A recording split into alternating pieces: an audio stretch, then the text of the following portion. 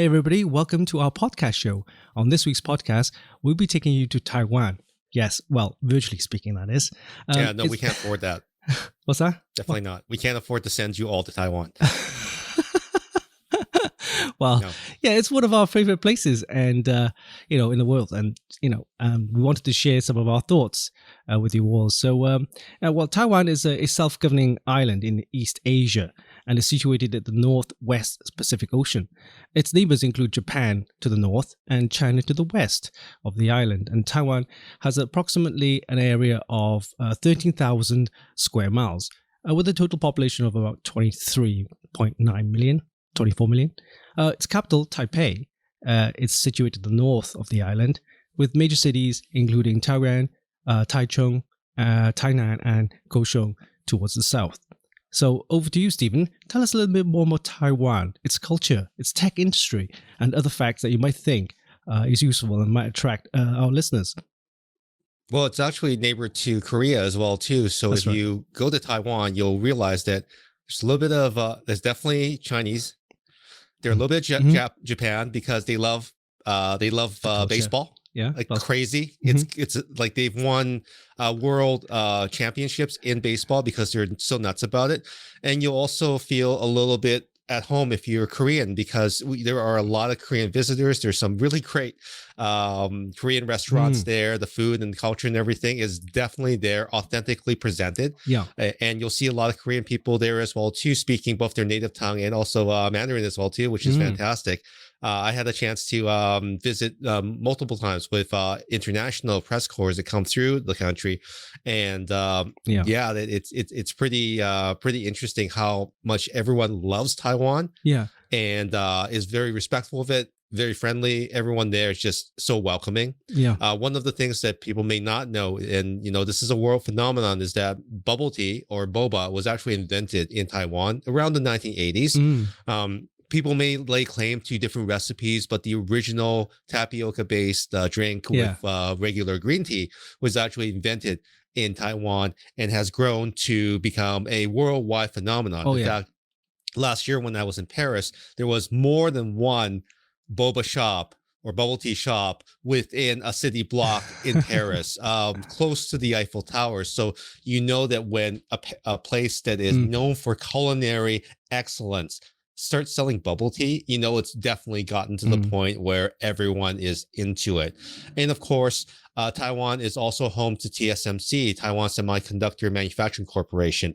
They manufacture more than half of the world's chips in everything from AMD, NVIDIA to all of the smaller brands. In fact, a lot of the semiconductor pieces, some of the more important pieces in your vehicle, and this accounts for the unfortunate semiconductor problems that we've had in the last couple of years, is that the demand has just been crazy while factories are winding down to brace themselves for the effects of the pandemic. So Taiwan is your silent partner in almost every tech thing that we do.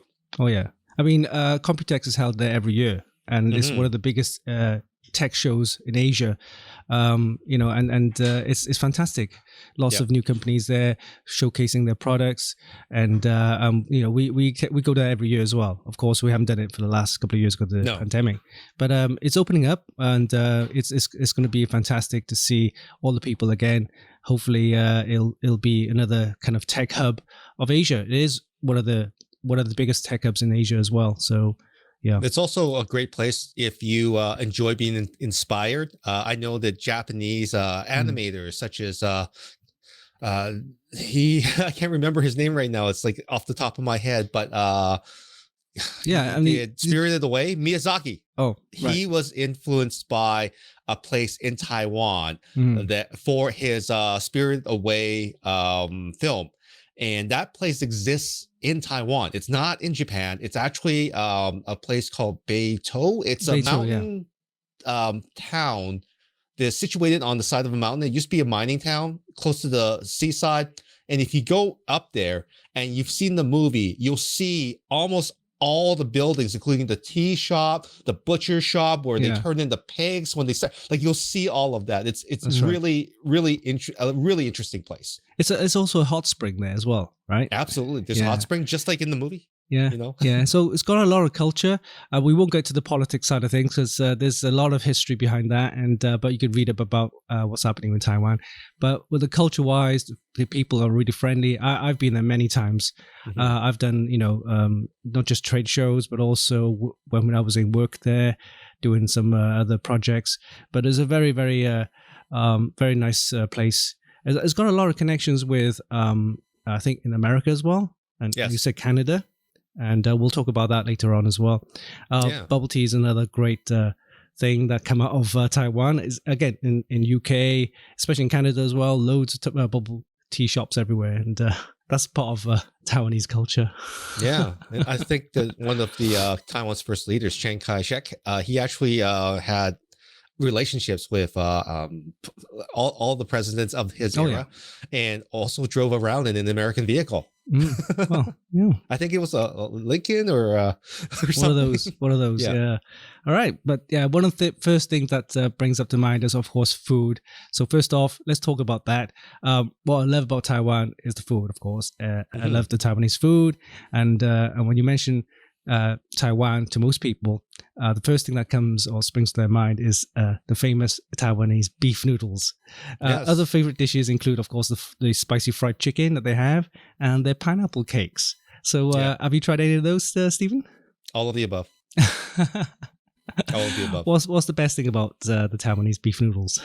I think the best thing about the beef noodles is that when you walk down the street in Taiwan, you'll have these very I don't know, egocentric chefs that believe that they have the best beef noodle. Their signs will be plastered with like, I'm the best. This is where it originated. My grandfather made it for 100 years. You have to come to my restaurant. And you'll see all of these all over Taiwan, which is very interesting. And to be perfectly honest, you can't find a terrible beef noodle unless you go to the airport. Like even the beef noodle in the airport is okay. It's okay. But it's okay. But any street, like I would probably ask you that if you're going to go to a beef noodle place, go down an alley. Find a stall. This guy's been there all his life. He's only made beef noodles, and he's still there because people love to come and partake in his recipe, right? Because he's developed it over a number of years, right? You don't have a stall sitting there feeding the guy's family for that long unless it's really, really, really good. So I would recommend that you do that. Bring cash. He's not going to have a credit card reader, and just pay however NT dollars that he's asking for, because it'll be cheaper than a sit-down restaurant. Just take the bowl, find a spot, eat it on the curb, do the Asian squat, whatever. It's going to be the best bowl that you'll have. Yeah. I mean, food generally is cheap anyway. And that's one thing I like about that. And you go, like Stephen said, you go anywhere and the beef noodles is as good as you get anywhere. And I haven't actually tried any outside of Taiwan that are better the ones in Taiwan. So it's the water, it's the ingredients, it's the where ingredients. It's grown. It's a special recipe that they have that passed down from family to family, that kind of stuff. So it is pretty unique, and that's what I love about it. And talking about other foodstuffs, they have of course the pineapple cakes. It's more of a kind of a sweet kind of cake kind of thing. It's like shortbread but sweet on the inside. Like it kind of has that texture, but it's more chewy. That's right. And if you go to the airport, there's loads of them everywhere, different brands and stuff like that. You can buy a pack for like $5 and you take that with you as a present, coming back. And you eat the stuff on the street, you buy the stuff in the airport because it's presented a certain way. But if you're going to eat it right away, buy it on the street. It's going to be really good. It's going to be really good. There's the other thing too, is that Taiwan, of course, fried chicken is something that the Americans brought over to Taiwan when they were there during the wars. And that's something that they taught the locals, which actually coincidentally, that's why Korea has such good fried chicken, is because the Americans taught them how to make fried chicken and they put their own spin on it. Same with Taiwan as well too. So you'll notice that not only do they have popcorn chicken, which is the delicious kind of juicy, crunchy, but not doughy type of fried chicken that they have there. It's delicious. But they also, what's this place called? It's like Chicken Star or something, but they make this pounded out fried chicken patty that's bigger than your face. It's huge. It's like this. It's huge. It's like this, right? And it's They're crunchy. starting to franchise worldwide. There's one that's coming to Richmond, which is near you. So you can tell us if that's good or not. But that's something that I always remember seeing at every night market is that they'll have a stall there, and you'll see people lined up to get their fried chicken that's bigger than their face. Yeah. Yeah, and talking about the street foods and stuff like that, they have phenomenal called like night markets, which this is where you get all your delicious foods. In Taipei, they're known for the night markets, and to get all this delicious food mentioned earlier, there's a couple of places that you need to visit, and one of them is the Raohe night market in San district. So this one is the largest and is around about 1 kilometer long, and you could just start from one end and walk all the way down to the other end. All different foods, street foods, from the fried chicken to the beef noodles to different delicacies and stuff like that. So you go check it out. Another one is the Lingjian street market, night market. That's another good one. That's actually quite close or nearby the Taipei 101 tower. And again, it's very similar, a bit shorter this time. Again, same foods. You could try all different things. And the other one is Nanxia Night Market, and that's in the Datong district, which is a bit further away. But you can travel to all these night markets using the subway transit, which is MRT. very cheap. Yeah. The MRT. Have you been to any of these night markets, Stephen?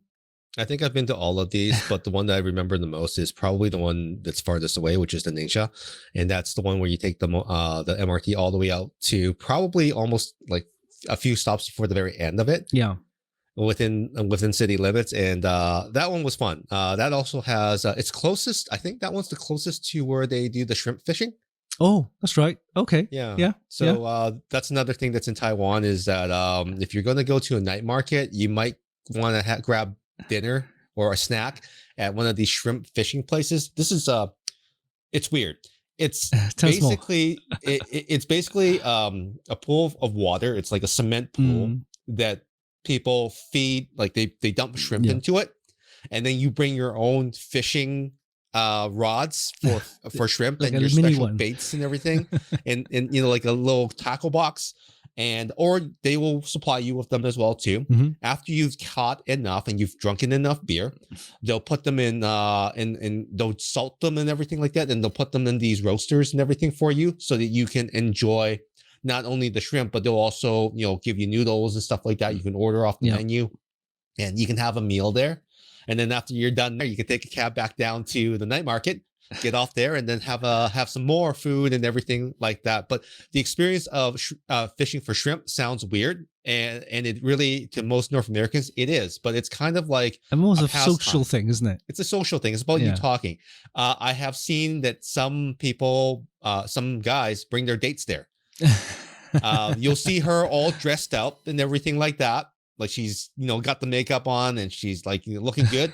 And then you'll see this guy in his flip-flops and his huge tackle box that's bedazzled.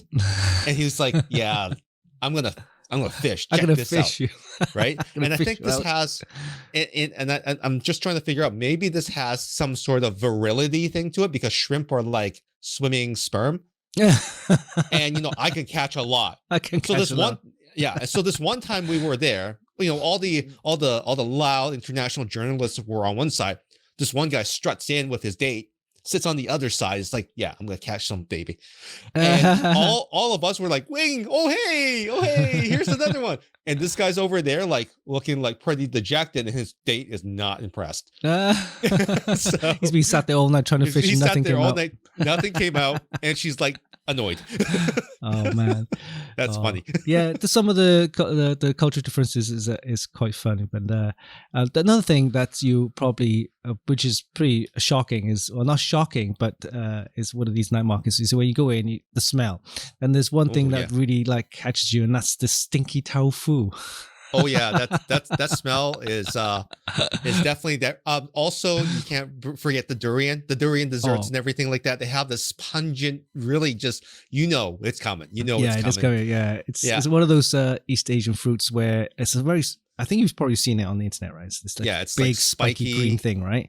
Yeah, and it looks bad. You shouldn't eat. Yeah, you crack open it. You shouldn't eat it. Yeah, and inside it's like this yellow thing, and apparently people who eat it, it's like it's very buttery tasting, and it's got Yeah. this nice aroma. But for me, it's one of those It things where stinks. you either like it or you don't. And for me, I don't like it. No. It just stinks the whole place. If you get it on your clothes, good luck, buddy. Good luck. Or you're on your shoes, good luck. Yeah, but the right? people who eat it loves it, and they say the smell is it's like aromatic and it's delicious. Yeah.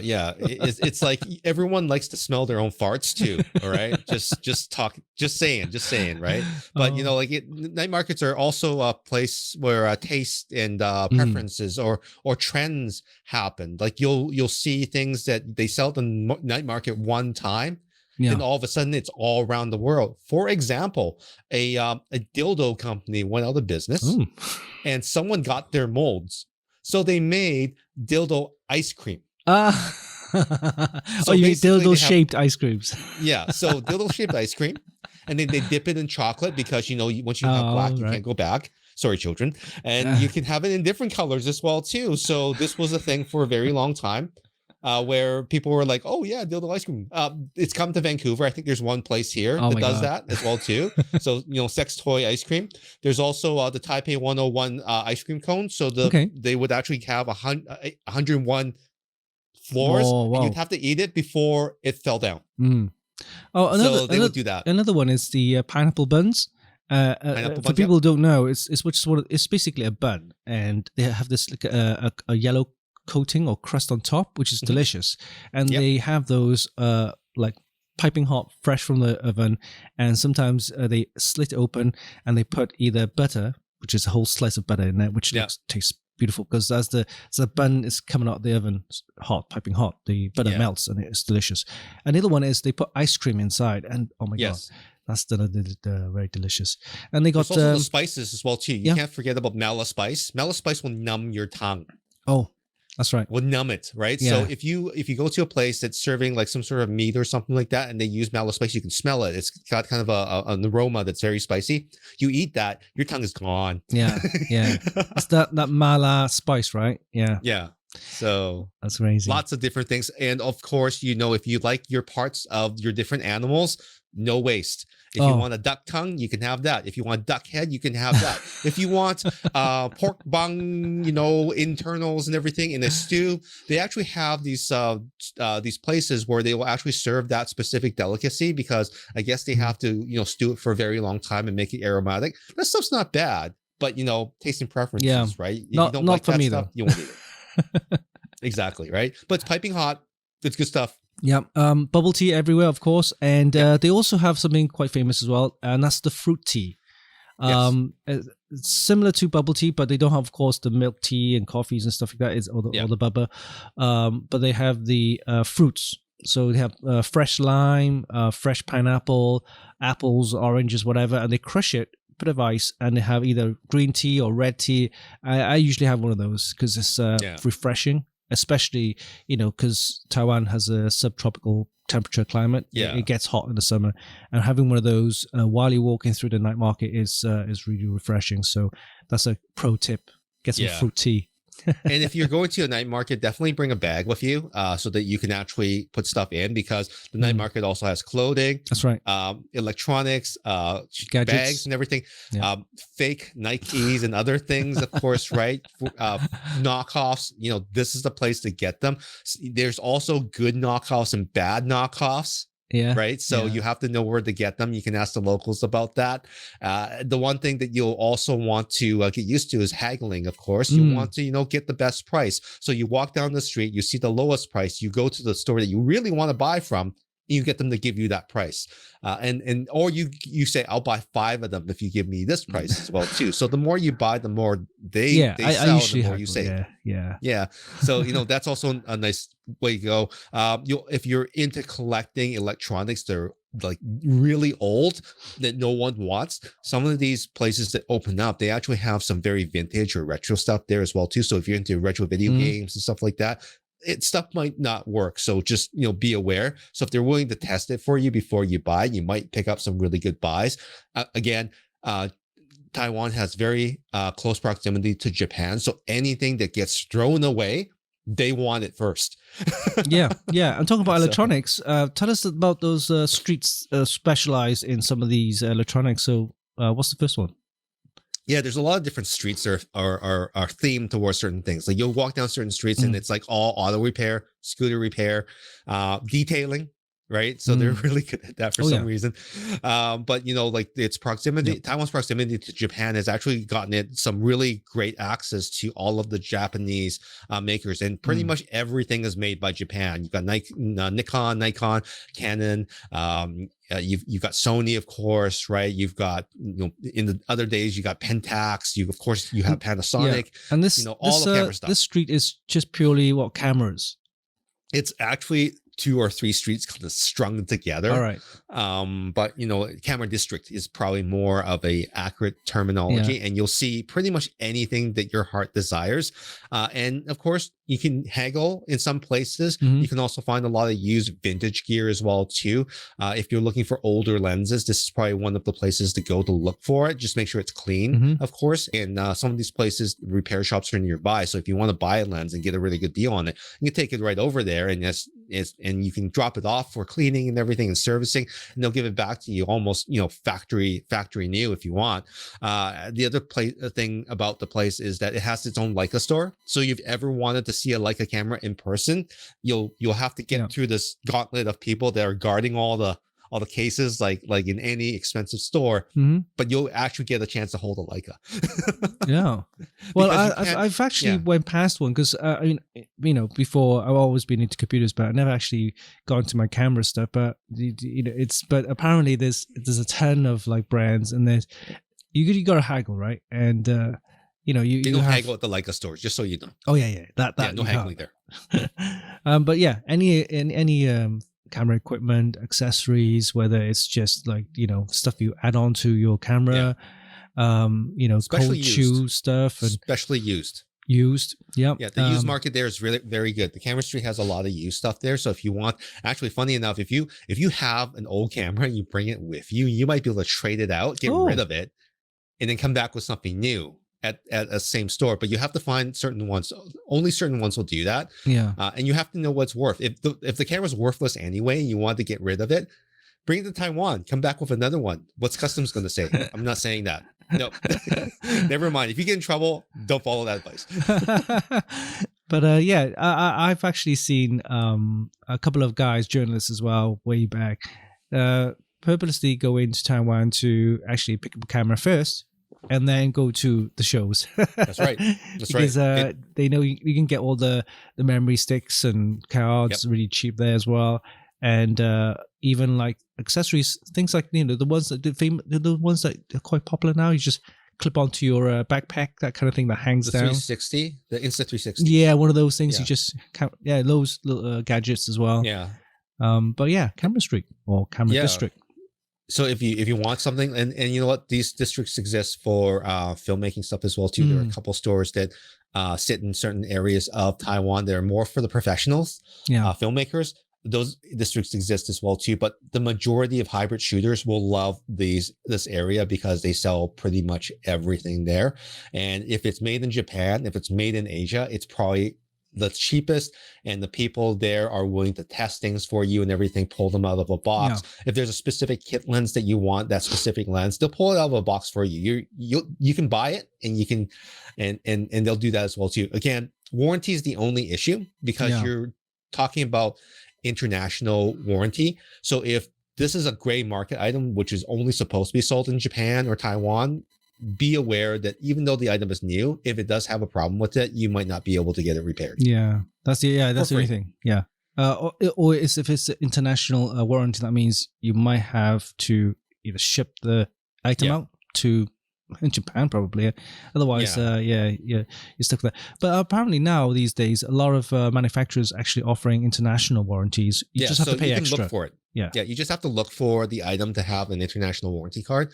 Once it has that, then you're good to go. Some items do not. So just be aware of that if you're shopping. If the deal seems like a lot cheaper, chances are it's a gray market item and you will not have warranty when you get home. If it's a little bit less than what you would buy it for home and the taxes that you would have paid, and it's got an international warranty, that's not a bad way to go.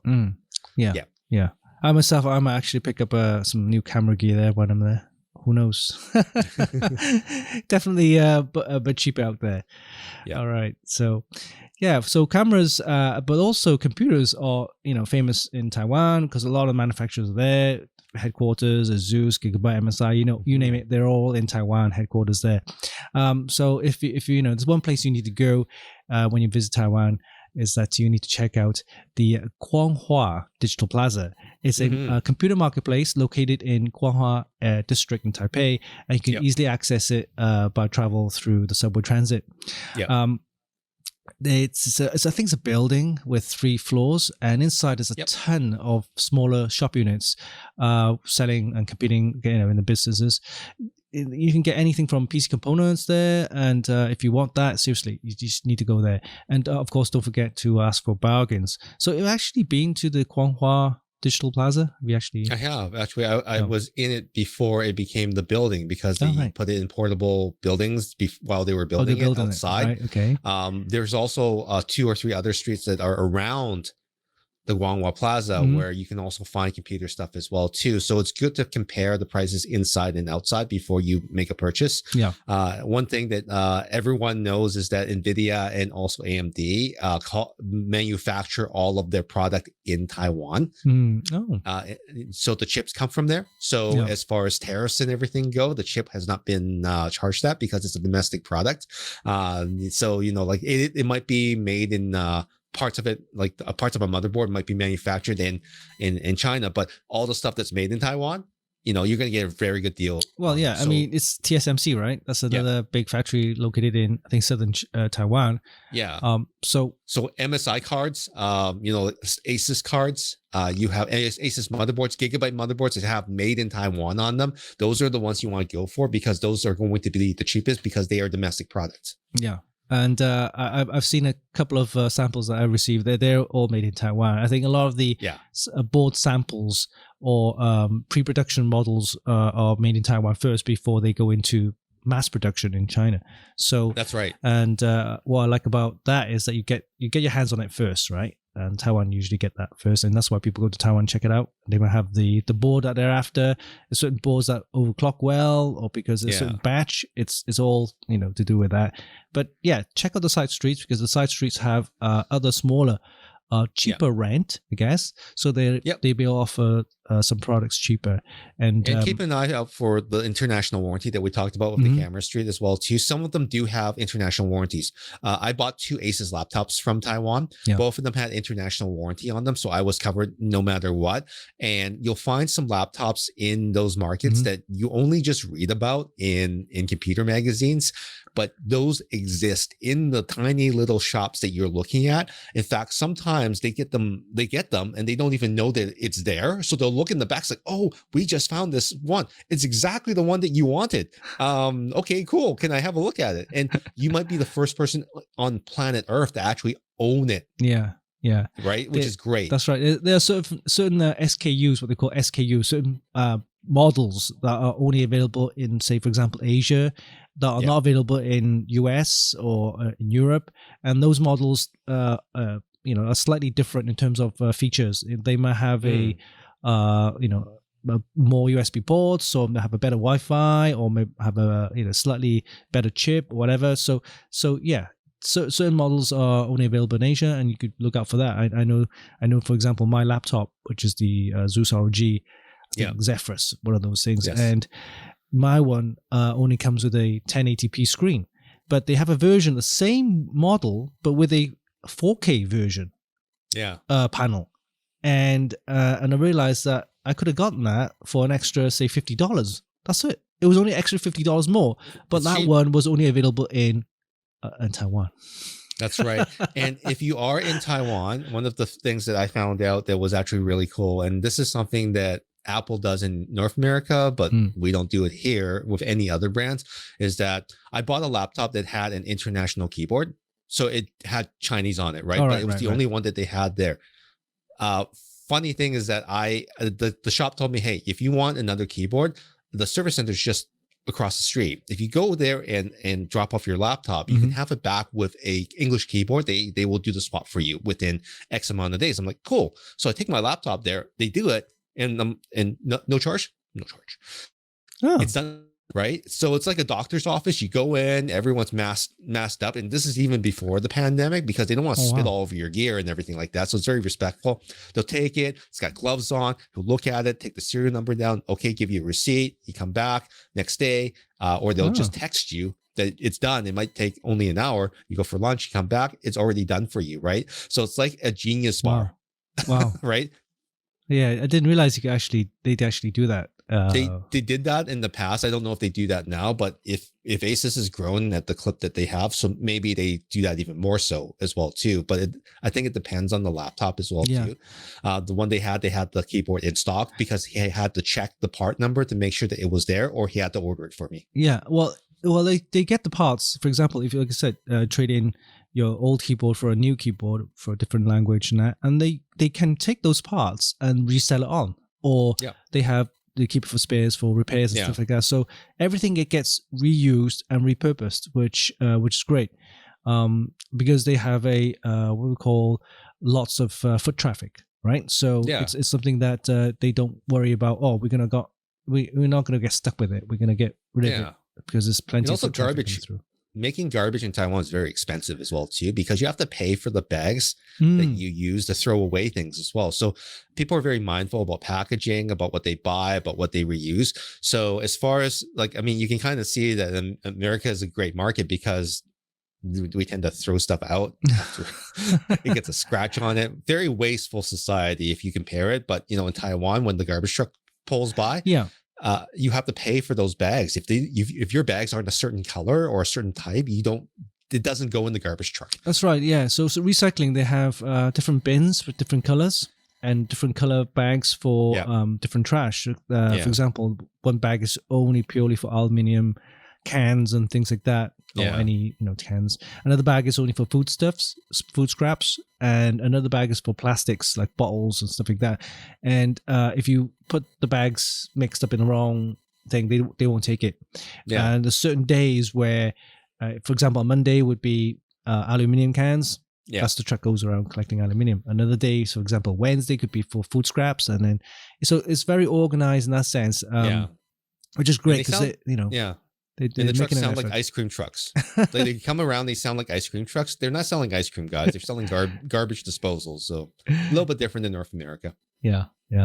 So lots of the little culture things in Taiwan. I think you like it there. People are really friendly and stuff like that. They are. Yeah, and that's something I like about Taiwan is very helpful. I want to partner, right? This is kind of their way, right? They want to be the good guy. Behind everything else, and and I think they very much are. It's a very proud society, but it's also one that has to fight for their own personality. But also at the same time, they're a little bit too humble to toot their own horn, which is also a problem. That's right. I mean, apart from the tech industry, tourism is growing, and a lot of, for example, a lot of people in Hong Kong, they two places they go to, or three. First, number one destination is Japan. That's where they go for holiday, and the second destination is either Thailand or Taiwan. So those are the two places that they go as well. So. Tourism is growing. Hasn't been as promoted as much, I heard. But no, they don't promote as much as they should because of the way that they are. And even Japan does more. But Japan has been promoted by North America by default. No one knows the distinction of Taiwan. They're always behind the scenes, and they need. And I know that they want to get out there and do more. It's just the government is also very conservative in that respect. That no, we don't want to have too much attention on ourselves, but we really need attention for ourselves, but we don't want it. Like, come on, guys. You either do or you don't, and you should. You should. You have a lot to be proud of. That's right. But the main industry, of course, is IT, and all of the electronics that we look at, we use. I would say probably, I wouldn't say 90%, but a large majority of the electronics that we use, lots of big companies are based out in Taiwan headquarters and stuff like that.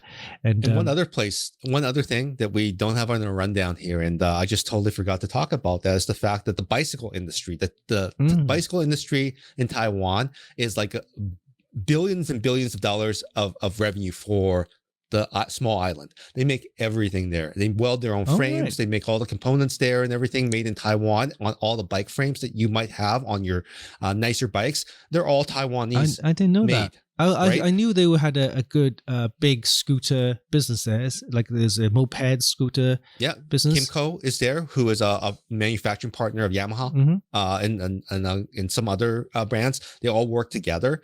But one of the biggest bicycle manufacturers in the world, and it's not because of their name, is Giant Bicycles.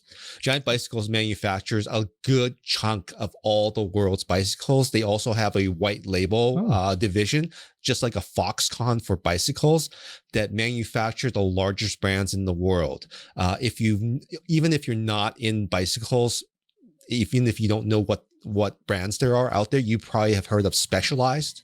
You probably have heard of Trek. You've probably heard of Santa Cruz. You've probably heard of a few other of the brands out there as well too, that these guys manufacture almost everyone else's stuff.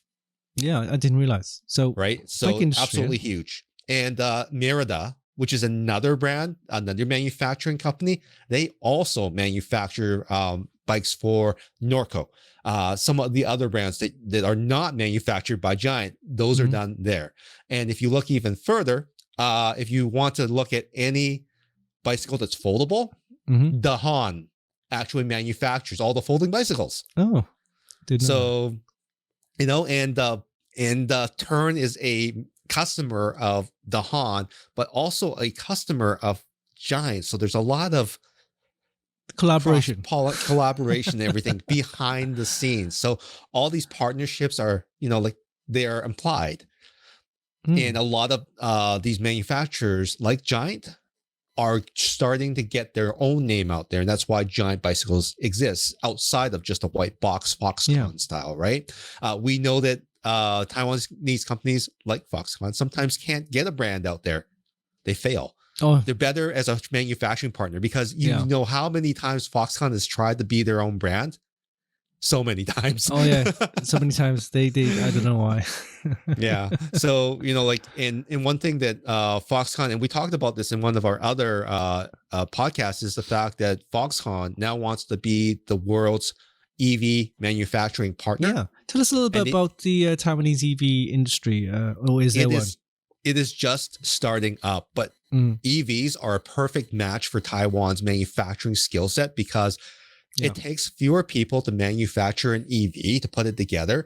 And to put it together, you're basically, it's like a very large iPhone or a very large smartphone, right? With wheels, right? With wheels.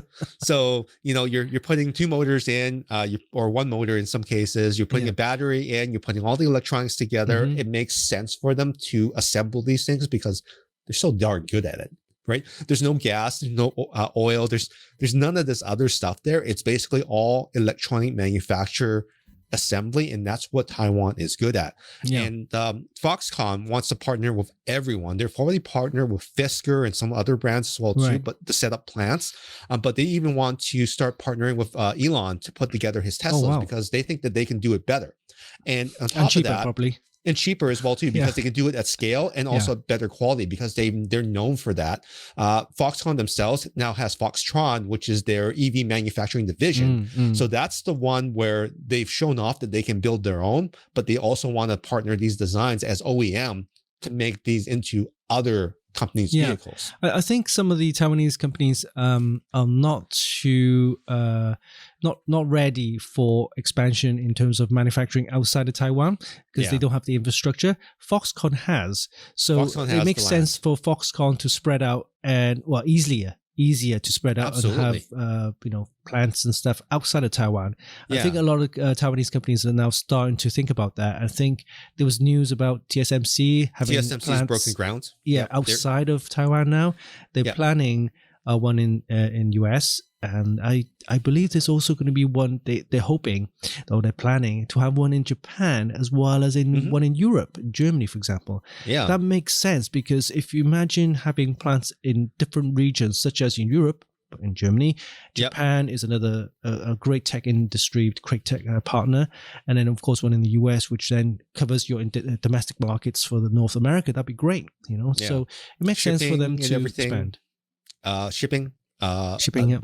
exposure to markets where they are not in constant threat of invasion, right? Spreading out their assets around the world. This also helps their customers and their partners, sets them all at ease, because now they know that even if there is something that happens in Taiwan itself, their manufacturing capacity is not affected as much.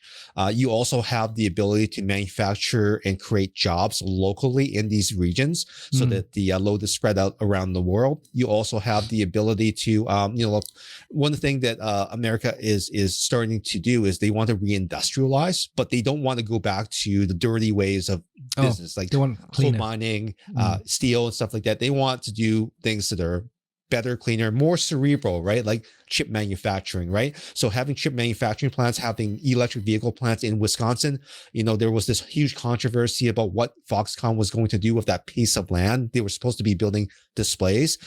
Apparently, that's not a display plant. That's going to be an EV manufacturing plant. Oh, EV. Oh, right. Yeah. Okay. So they're going to be building, and this just takes time, right? So it's all these things that take time to kind of put these pieces together within better political climates inside the U.S. And they also have to have the policies and in place that make putting up these manufacturing plants viable for them, right? I mean, a display plant, well, how is that going to help them, right? There's no incentives for displays, but there are incentives to build EVs in the US right now. That's right. Especially with a shortage. You want those cars out there, productions out there, delivery numbers and that. And of course, I think I heard that Tesla's reduced in price because they knew that if it was too high and there's other competitors out there doing it cheaper, then, you got to get your market pricing down and attract those customers. Well, Tesla has a lot of margin in their vehicles because they've been building them for so long. Yeah. The only thing they need to work on right now is actually the quality of the vehicle, initial quality of the vehicles, and long-term quality of the vehicles, because people have been sending their cars back because the panel gaps are larger than a credit card. Right? I mean, this is not good. Like larger as in width, not as in thinness, right? So this is crazy. So they need to work on those things, which everyone else has figured out. But now that you have plants like VW is looking at their, I think they're almost ready to manufacture their VW EVs in North America. There's Ford F-150 is ramping up in the heartland of America in Baton Rouge. That plant is turning out F-150s now at scale, and that's the best selling vehicle in all of North America. I'm seeing a lot of F-150s lately. On the roads. The Lightning, yeah. So it's surprising. And remember in one of your podcasts, you mentioned about that. Will it pick up? Will it kick off? Will it? The truck EV trucks. Will they work? It looks like it's going to happen. And, so it's kicking off because of all the people that are selling one. They sell one. Okay, in every group of 100, there's always that one guy that says, "Oh, I'm going to tow my trailer, my 20,000-pound trailer every single day. I have to travel 300 miles a day in the snow." There's always that one guy, but he says it, but he never does it. So most people are smarter than that. So 80% of the population have figured out that this guy's noise, this is a perfect fit for me. I love putting soil in the back of my car, lumber and everything like that. And I also don't want to pay for that $120 fill up every other day. What makes the most sense? An EV makes sense, period. Yeah, and talking about that, Taiwan is also, is it left-hand drive? Same as the US Same as here. and Canada? There's a lot of similarities. Taiwan has picked up all of the US standards, like the plugs and everything. If you go to Taiwan to buy your electronics, you're good. That's right. You're good to go. Yeah. No problem. It's 110 volts as well, right? I remember. 110, 120 volts as well too. So you're safe everywhere. This is the problem when you go from Taiwan to Hong Kong and you blow out something. Oops. Yeah. That's the only problem. This is really strange. Hong Kong still uses the old British. It's British 3-prong plug thing, right? Huge honking thing. And it's 220, 240 volts. So your stuff, which runs 110, won't work. No, if you try to plug that into a wall, it'll actually short out the circuit. I've done this once. I'll never do it again. I'm sure I admit it. I've done it. Yeah. By accident. Oh, that's crazy. So like if you go anywhere to buy anything, Taiwan is your perfect partner. Oh yeah. Yeah. for buying your electronics a lot cheaper, A lot right? cheaper. Especially if you know exactly what you want, ask for the number specifically. Yeah. Yeah. Lots of places to Right. see as well. Sightseeing is great as well in Taiwan and Taipei. Taiwan Zoo, Taipei Zoo. There's a ton of B2, places like to we go. talked about. All the hot springs, surfing on either coast, depending on how cold or how warm you want it. The beaches go on for miles. It's one of the most protected coastlines that you can think of because they don't tell you where those protected pieces are. It's those. It's one of those secret. gems that you have to find out yourself or from locals and stuff like that. Very nice. And landmarks, plenty of like landmarks all over the town. And of course, the most prominent landmark you'll see in Taipei is Taipei 101. So Stephen, tell me more about that because I've been there a few times. I love it. Well, for those that have never been to Taiwan or Taipei City is actually home to a building called Taipei 101. As you can hear from the name, 101 floors. At one point, this building protruding well above the city skyline, and you'll see it very clearly, is like an ancient bamboo pagoda, you know, like in the wooden pagoda, right? And was once the world's tallest building. It held that title for I think a number of years until some of the other newer buildings, Burj, I don't think it's Burj Khalifa, but one of the other buildings just, an extra couple of floors, right? But this is, these are floors all the way up to the very top one, which is very scary. Because it moves, right? It itself is a technological marvel, able to withstand both massive typhoons and earthquakes, which are very, very common in the region. When I was staying there for the World Congress of IT, we had a magnitude 4 earthquake, and my building was swaying back and forth. No problem. Everything's built to withstand that in the region because they know better than that. And, of all these things, there's a Canadian connection to the Taipei 101. Oh, I didn't know that. There's a company in Canada, an engineering company called Motioneering, based in Ontario, and they designed it for Taipei 101, what's called a tuned mass damper. So this is a device that's located on the 87th floor. They call it Damper Baby. They have all the characters and everything like that. So they've really anamorphized this character inside the building, which is what Asians do. It weighs 726 tons and has a diameter of 6 meters. So the real one inside the building looks like this. Damper Baby is not that big. It's the yellow thing that we see when we go on the tours. And it's suspended by a series of hydraulic dampers and steel cables. They're actually anchored all the way up to the 92nd floor. And it's suspended, right? So this weight is like 726 tons. Tons, right? Tons. So how it works is that when the building encounters movement, the damper absorbs it because it's so freaking heavy, right? And it keeps the structure from flailing, which is very bad because even if you go up to the top floors right now in Taipei 101 on a windy day, you can still feel it, right? So whatever it's doing a lot of work. And of course, does it work? Of course it does. During its construction, this is a naked building with just the shell and the damper installed. There was a magnitude 7.1 earthquake and a typhoon. I think this was all within the same time period. And if you look at the archival footage, these cranes are falling off the building. All this equipment's falling off, but the building's still standing. Wow. And it got completed, which is absolutely amazing. The building looked like it wasn't even moving. And this is, again, without its outer shell, no windows, no nothing. Like all that stuff on the outside also protects the building, but the structure itself remained completely intact. It was inspected. It was still good. Wow. Well, incredible. There's a thing behind that. I think it's called biomimicry. This technology term is scientific term. It's basically copying nature. Yes. So the bamboo style that you mentioned, it goes up like that, and then it opens up, and then inside, and it goes up again. So it's almost like I said, a bamboo. Yeah. And that's what makes the bamboo so strong. Is that structure, that the shape of that structure. Yes. And they copy that in the Taipei 101, and you can see, like you said, it's solid. It doesn't, we can withstand earthquakes and typhoons and things like that. So they start to use a lot of this biomimicry terms for building these new buildings, of course, in the near future and things like that. And it's amazing. And I didn't know that they had this huge counterbalance weight in there. It's like it's the yellow thing. Like, what's it for? I It's didn't a know. big yellow thing in It's the a big middle. yellow thing. It's It's like, what? It's a Canadian thing, right? And Motioneering makes this for all sorts of different buildings. This is not the first one. Wow. I think that every tall building in the world uses a similar design, and it's in consultation with Motioneering because they created the one that set this thing in motion. They figured it out. Yeah. And don't forget, this building is not just your standard building. It has a lot of AI in it, apparently, right? AI in terms of the lifts, the turbo lifts. I call it the turbo lifts, right? It goes up in whatever 100 or whatever floors, but it goes up like less than a minute or something. And it's a thinking building. Yeah, it's a thinking building. It has air conditioning and environmental, that kind of controls.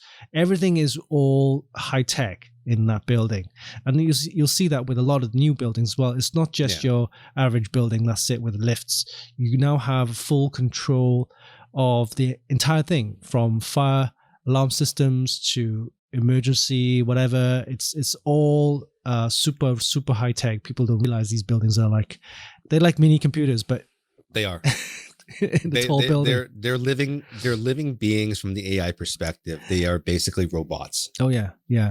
It's amazing. And you'll notice also at each floor, I believe the openings, when they have that, if you look at the building, which is, like I said, it's up shaped like that and then shaped like that again. Each one of them is 20 floors. Yes, I believe. And within the 20 floor, the 21st, for example, there's a gap. And then you go on to the next 20 floors, another gap. And that is for the fire prevention thing. Which stops the spread of fire. For example, if you could, if it's a fire, air gaps. Yeah, air gaps. Yeah. So that's another design that they put into a lot of these new buildings as well. Which and I think that I can't remember if this is true or not, but I think that Taipei 101 at 101 floors is actually a lot of distance if it were to fall like a tree. It would destroy most of Taiwan. So the reason why they build it like that is that if there was anything to go wrong, there's actually the structure itself will actually fall down vertically down.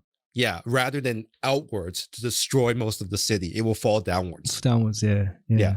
It's amazing. And inside is not just your office towers. Inside there's a massive shopping center in there. Oh yeah, you can eat beef noodles as well in there. The food court. It's all your major brands, restaurants. Yeah, it's you gotta go in there. You got your Gucci, Dior, all sorts of things, right? And they have that famous dumplings. I forgot about mention about that Din food. Tai Fung. That's it. Din Tai Fung. You gotta go there. It's a famous restaurant with dumplings.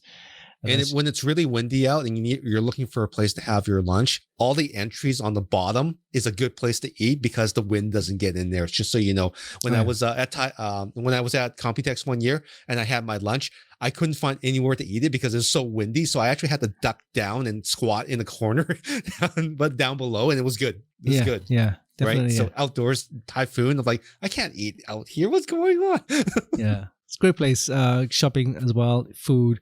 And then, like I said, Computex is happening there every year. And you have, I think there's two areas that they have the Computex. Number of parties up there. Yeah. And right next door to the actual Taipei 101 is the International Exhibition Center.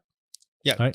TICC. That's right. And Taiwan International Conference Center. Yeah. And that's just a stroll away. And you can go there to do a lot of different exhibitions and stuff like that. Yeah. They have tech, of course, mostly, but different types of tech. They have tech for businesses, banking, the POS systems, and they have different shows for, especially with Japanese culture, a lot of the manga and anime stuff as well, and they have different shows every year at this center.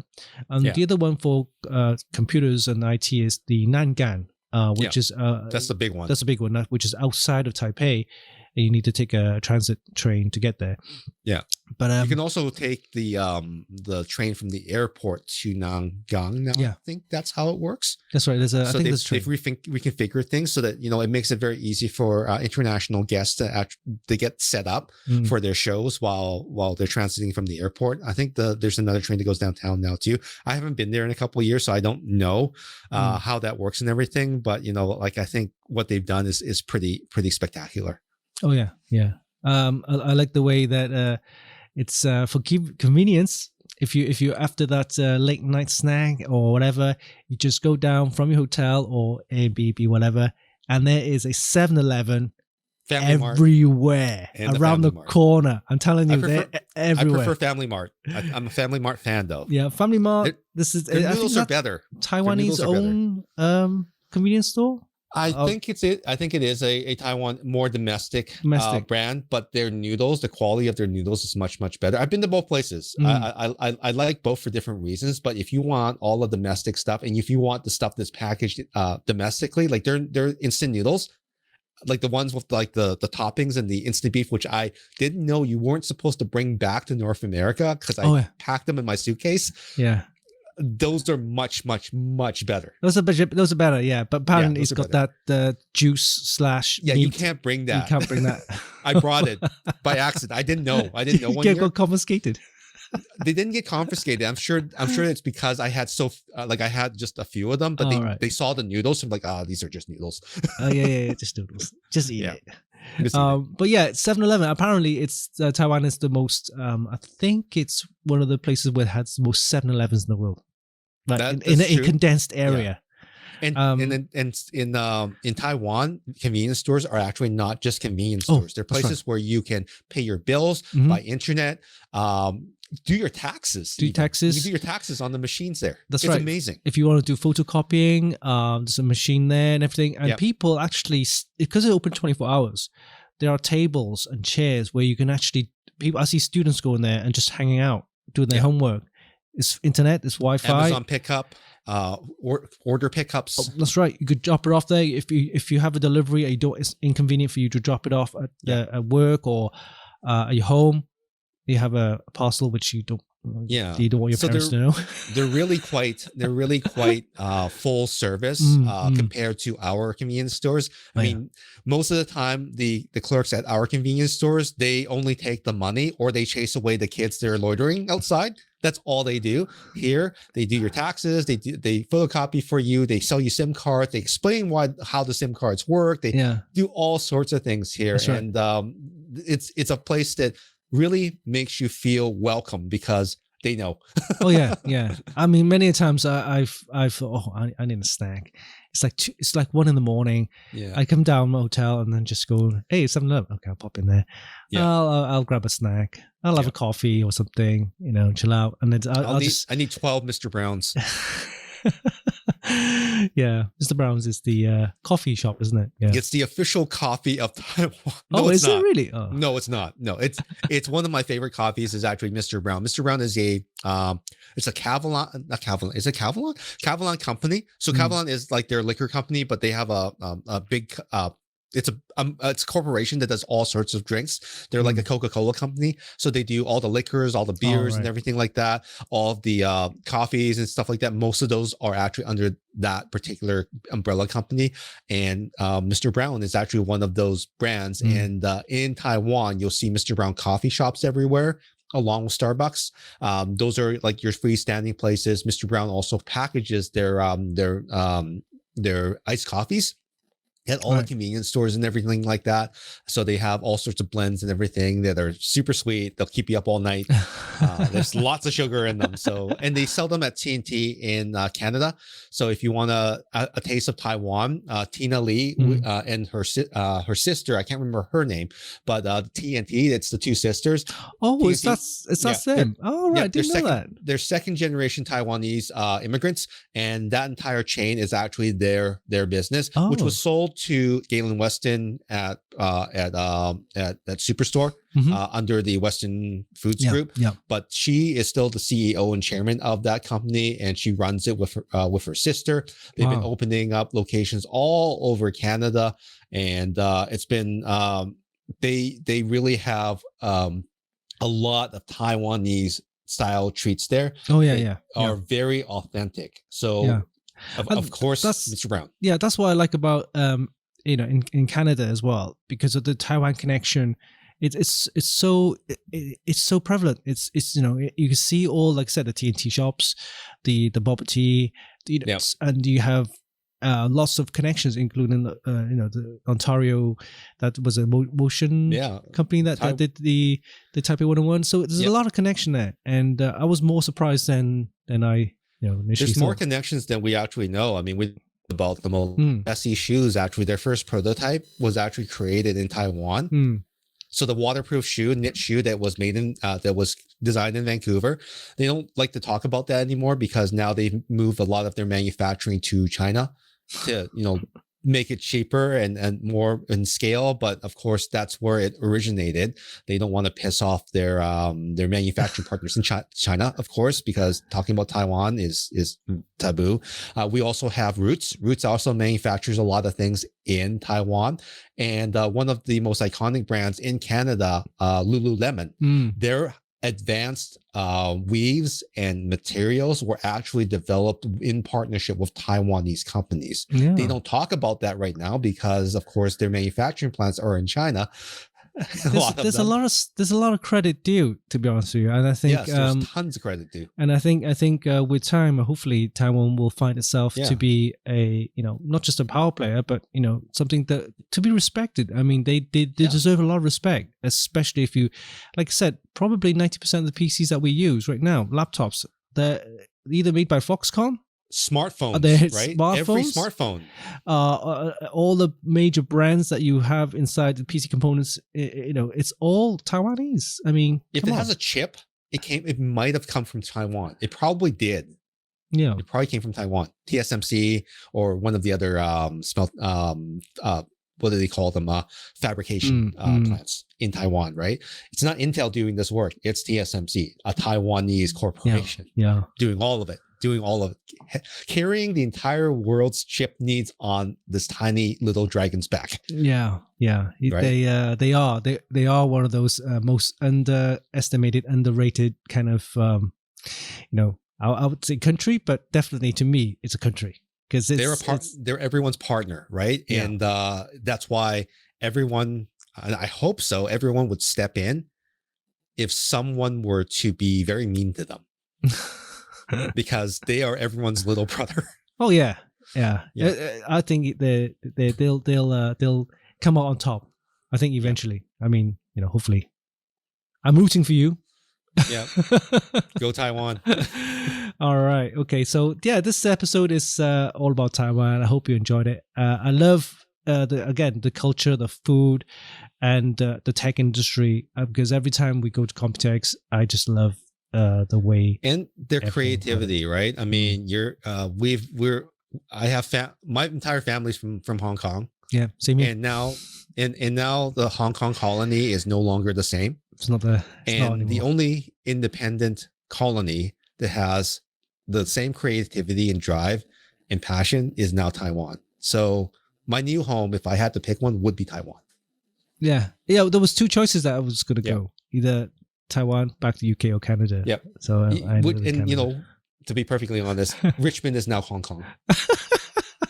Yeah. Yeah, you're right there. There's a lot more. There's a lot more. The last year, UK and Canada has been a lot more Hong Kong. People emigrating over there. Yeah. Bringing containers of stuff over here, right? It's crazy. Yeah. So great. All right. So we'll wrap it up. It's been great. Second.